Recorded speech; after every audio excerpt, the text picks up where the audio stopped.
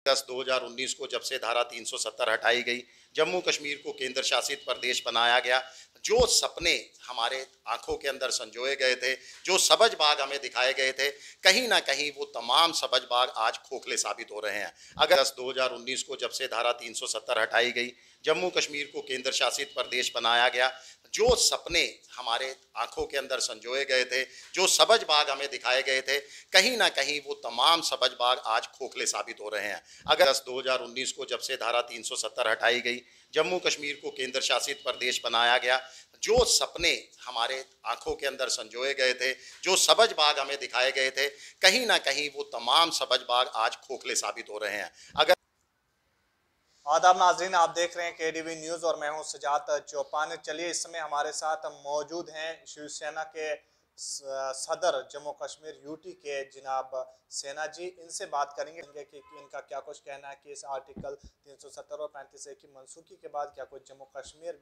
में जो है तरक्की हो पाई या फिर उसी तरीके का हाल है। इनसे जानने की कोशिश करेंगे। सर, आपका बहुत बहुत वेलकम। नमस्कार।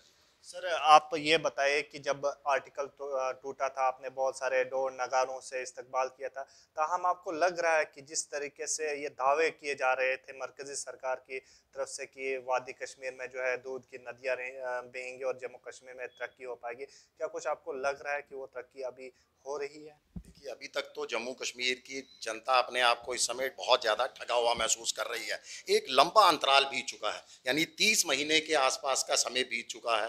5 अगस्त 2019 को जब से धारा 370 हटाई गई, जम्मू कश्मीर को केंद्र शासित प्रदेश बनाया गया, जो सपने हमारे आंखों के अंदर संजोए गए थे, जो सबज बाग हमें दिखाए गए थे, कहीं ना कहीं वो तमाम सबज बाग आज खोखले साबित हो रहे हैं। अगर हम जम्मू खिते की बात करें तो जम्मू खिते के लोग अब आज भी भेदभाव का शिकार हैं। आज भी उनका यही आरोप है पिछले 73 सालों से लगातार कि जम्मू खिते के विकास को लेकर जो है भेदभाव किया जाता है। ना तो केंद्र सरकार वो भेदभाव पर अंकुश लगा पाई है, और दूसरा जो कश्मीर खिते की बात करें, जो वहाँ पर जो दावा किया जाता था 5 अगस्त 2019 के बाद कि बहुत जल्द यहाँ पर अमन बहाली देखने को मिलेगी, वो अमन बहाली भी अभी तक वहाँ पर संभव नहीं बन पाई है। यानी अगर पूरे हम जम्मू कश्मीर की बात करें तो जो अवाम के साथ वादे किए गए थे रोजगार देने के, आज हमारे तमाम युवा सड़कों पर हैं।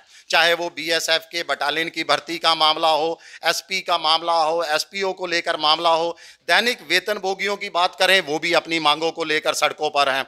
महिला आयोग की बात करें, महिलाओं की सुरक्षा को लेकर बात करें तो 30 महीने का लंबा अंतराल बीतने के बाद जब धारा 370 हटाई गई थी, राज्य महिला आयोग यहां से हटा दिया गया था। आज तक महिलाओं की सुरक्षा को लेकर कुछ नहीं किया गया। सेंटर्स का एक निर्देश है कि पुलिस बल के अंदर 33% तक का आरक्षण रखा जाएगा महिलाओं के लिए। वो यूटी के वो उन कानूनों को भी जम्मू कश्मीर में लागू नहीं किया जा रहा। ना हमें राज्य का दर्जा दिया जा रहा है, जो सबसे बड़ी हमारे साथ ठगी हो रही है, हमारे साथ जो है नाइंसाफ़ी हो रही है। ना तो यहाँ के कर्मचारियों को राज्य का दर्जा के फ़ायदे मिल पा रहे हैं, और ना ही हमें राज्य का दर्जा नहीं दिया जा रहा और यूटी के फ़ायदे नहीं दिए जा रहे। यानी अगर हम न्यूनतम वेतन की भी बात करें तो आज कर्मचारी, कई दैनिक वेतन भोगी कर्मचारी सड़कों पर हैं अपने वेतन को लेकर। यहाँ मात्र दैनिक कर्मचारियों के लिए न्यूनतम वेतन 225 रुपये है, जबकि अगर ये यूटी बना है, अगर केंद्र सरकार ने इसको यूटी बनाया है तो वो न्यूनतम वेतन जो है 500 कुछ रुपये होना चाहिए। 520 रुपये है वहाँ न्यूनतम वेतन रोजाना का अनस्किल्ड लोगों का, वो भी हमें लागू नहीं किया जा रहा। यानी दोनों तरफ से हमारी जम्मू कश्मीर की आवाम के साथ विश्वासघात किया जा रहा है। ना तो हमें यूटी के बेनिफिट दिए जा रहे हैं और ना ही हमारे राज्य का दर्जा बहाल किया जा रहा है। वहीं बात करेंगे जिस तरीके से इंतजामिया ने रूपनगर में जो है पीला पंजा चलाया, आप किस नज़रिए से देख रहे हो? देखिए, हमने उसी समय, बिल्कुल उसी समय हमारा बयान आया था जैसे ही ये पीले पंजे का वहाँ पर हमने देखा। देखिए, इस समय कोरोना संकट काल चल रहा है। अगर हम सुप्रीम कोर्ट के आदेशों को भी देखें, उसके ऊपर आदेशों को समझें, तो सुप्रीम कोर्ट के भी दिशा निर्देश हैं। उसके बाद कोरोना संकट काल इस समय आपके ऊपर मंडरा रहा है। तो इस कोरोना संकट काल और सुप्रीम कोर्ट के आदेशों को लेकर जो उनको एकदम बेघर कर दिया गया, उनके घरों को वहाँ से हटा दिया गया,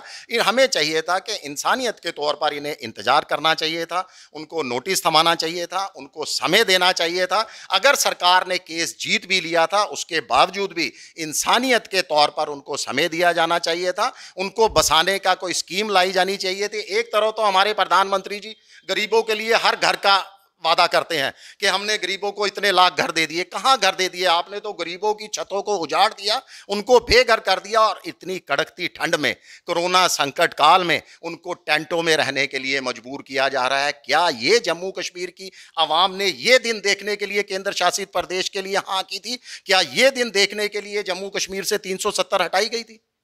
वही हमने बहुत सारे बीजेपी के लीडरों से भी बात की। उनका ये मानना है कि जम्मू कश्मीर में हमने बहुत सारी तरक्की कराई, मरकज़ी सरकार की तरफ से बहुत सारी जम्मू कश्मीर में तरक्की हुई। वहीं उनसे ये भी सवाल किया जाता है कि अगर आपकी तरक्की, वहीं पीला जो पंजा है आप ही के दौर में जो है चलाया गया, उनका ये मानना है कि इंतज़ामिया ने चलाई, इसमें हमारा कोई रोल नहीं बनता। आपको क्या? देखिए, बिल्कुल तरक्की हुई, वो बीजेपी के नेता बिल्कुल सही कहते हैं, मगर तरक्की का जो आंखें उनकी देखने वाली थी, तरक्की हुई बेरोजगारी में, तरक्की हुई जहां पर हमारा यहाँ पर विकास नहीं हुआ, तरक्की हुई कि दैनिक कर्मचारी, वेतनभोगी और तमाम सड़क कर्मचारी आज सड़कों पर हैं। कभी वो अपने कार्यालय में बैठकर काम करते थे। यानी तरक्की कहाँ हुई कि सड़कों पर लोगों के विरोध प्रदर्शनों में तरक्की हुई, बेरोजगारी में तरक्की हुई, इन सब। और भ्रष्टाचार की बात करें, जो सबसे बड़ा मुद्दा हमारा छूट रहा था, इस समय देखिए हर विभाग के अंदर भ्रष्टाचार का बोलबाला है और सरकार पूरी तरह से नाकाम है उस भ्रष्टाचार पर लगाम लगाने के लिए।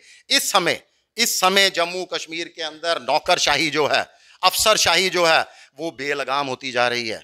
अफसरशाही का इस समय बोलबाला है।